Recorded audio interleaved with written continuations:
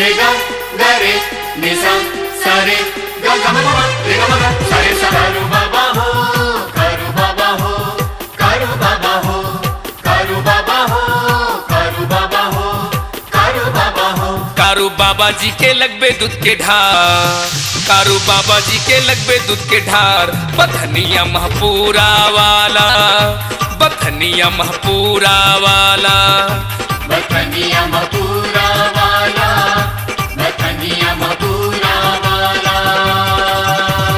करू बाबा हो करू बाबा हो करू बाबा हो करू बाबा हो करू बाबा हो करू बाबा हो। कारू बाबा जी के लगबे दूध के ढार, कारू बाबा जी के लगबे दूध के ढार, बथनिया महपूरा वाला, बथनिया महपूरा वाला, बथनिया महपूरा वाला, बथनिया महपूरा वाला। सारे सानी सपा गपनी गपदा रे ग गपा पा म म ग रे सा।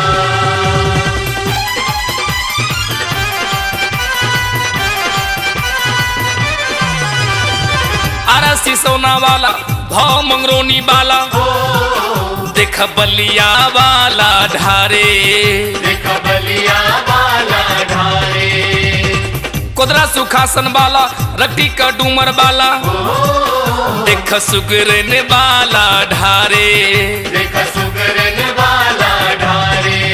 झाप लेके आवे बाबा के दुआर, झाप लेके आवे बाबा के दुआर, बथनिया हसनपुर वाला, बथनिया हसनपुर वाला, बथनिया हसनपुर वाला, बथनिया हसनपुर वाला।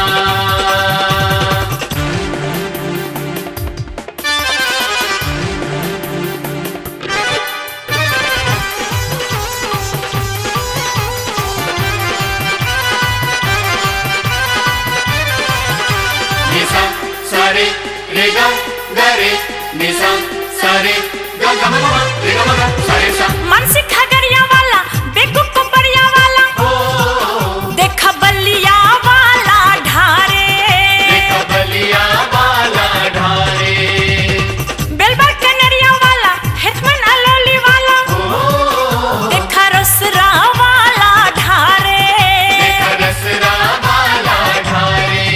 नाचे घंटी लेके बाबा के दुआर, नाचे घंटी लेके बाबा के दुआर, बथनिया महपूरा वाला, बथनिया महपूरा वाला, बथनिया महपूरा वाला, बथनिया महपूरा वाला। सारे सानी सपा गपनी गपदा रे ग गपा पा म म ग रे सा।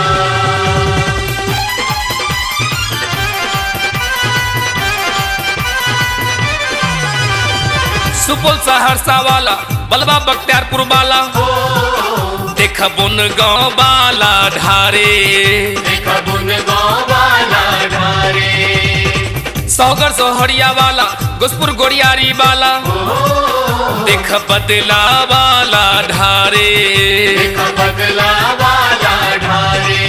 गाजा चीलम चढ़बे बाबा के दुआर, गाजा चीलम चढ़बे बाबा के दुआर, बथनिया कुशेश्वर वाला, बथनिया कुशेश्वर वाला, बथनिया कुशेश्वर वाला, बथनिया कुशेश्वर वाला। करू बाबा हो करू बाबा हो करू बाबा हो करू बाबा हो करू बाबा हो करू बाबा हो। कारू बाबा जी के लगबे दूध के ढार, कारू बाबा जी के लगबे दूध के ढार, बथनिया महपूरा वाला, बथनिया महपूरा वाला, बथनिया महपूरा वाला, बथनिया महपूरा वाला। कारू बाबा जी के लगबे दूध के ढार, कारू बाबा जी के लगबे दूध के ढार, बथनिया महपूरा वाला, बथनिया महपूरा वाला, बथनिया महपूरा